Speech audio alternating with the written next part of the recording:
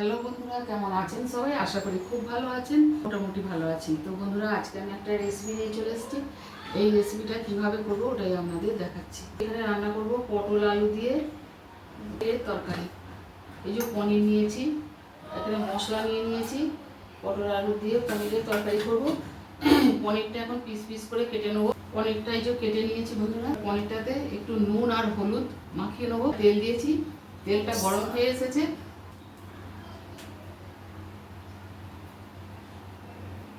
নুন হলুদ দিয়ে একটু ভেজে নেব।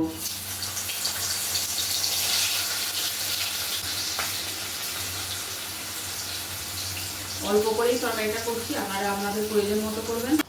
পনিরটা ভেজে তুলে নিয়েছি, এবার ওতে পটলটা ভেজে নেব।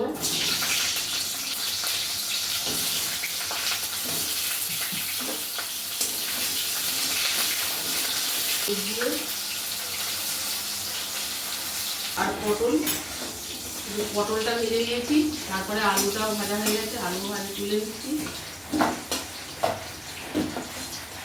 পনির, আলু, এলাচ আর এক টুকরো দারচিনি ফোড়ন দিয়ে, ফোড়নটা হয়ে গেছে। একটা টমেটো দিয়ে দিচ্ছি, একটা কাঁচা লঙ্কা চেরা,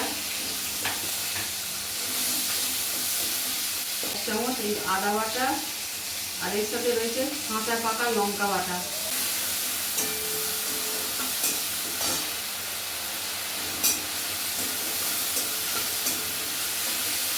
এটা ভেজে নিলাম। এর সঙ্গে দিচ্ছি হলুদ গুঁড়ো, জিরে গুঁড়ো, ধনে গুঁড়ো, লঙ্কার গুঁড়ো আর গরম মশলার গুঁড়ো।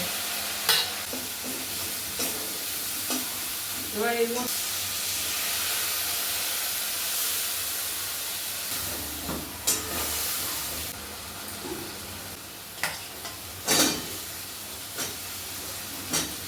মধ্যে দেওয়া আছে 1 চিমটে চিনি দিতে পারেন, আমি দিইনি, আপনাদের পছন্দ হলে দিতে পারেন না। বাটি ধোয়া জলটা দিয়ে দিলাম, মশলার বাটি। প্রয়োজন মতো জল দিয়ে দিচ্ছি, আলুটা সিদ্ধ হবে।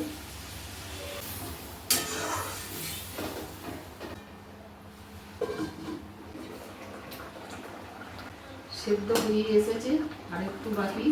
এবার পটলগুলো দিয়ে দিলাম, এটাও দিয়ে দিলাম। পটল পনির দিয়ে দিলাম। অল্প একটু হাফ চামচেরও কম দেবো একটু বিরিয়ানি মশলা, দারুণ টেস্ট হবে বন্ধুরা এটা দিলে। অল্প একটু ঘি, অল্প তরকারি তাই অল্প একটু ঘি দিয়ে দিলাম। তরকারিটা একদম রেডি হয়ে গেছে বন্ধুরা, আলু পটল পনির দিয়ে। এবার এটাকে নামিয়ে নেবো। আপনাদের কেমন লাগলো অবশ্যই জানাবেন, ভালো লাগলে লাইক শেয়ার কমেন্ট করবেন। এবার এটাকে নামিয়ে নিচ্ছি, গ্যাসটা অফ করে। এই যে বন্ধুরা কেমন হয়েছে দেখুন, অবশ্যই জানাবেন। আজকের মতো তাহলে রাখছি, আবার আসবো অন্য কোনো রেসিপি নিয়ে। জয় গুরু, জয় মাতারা।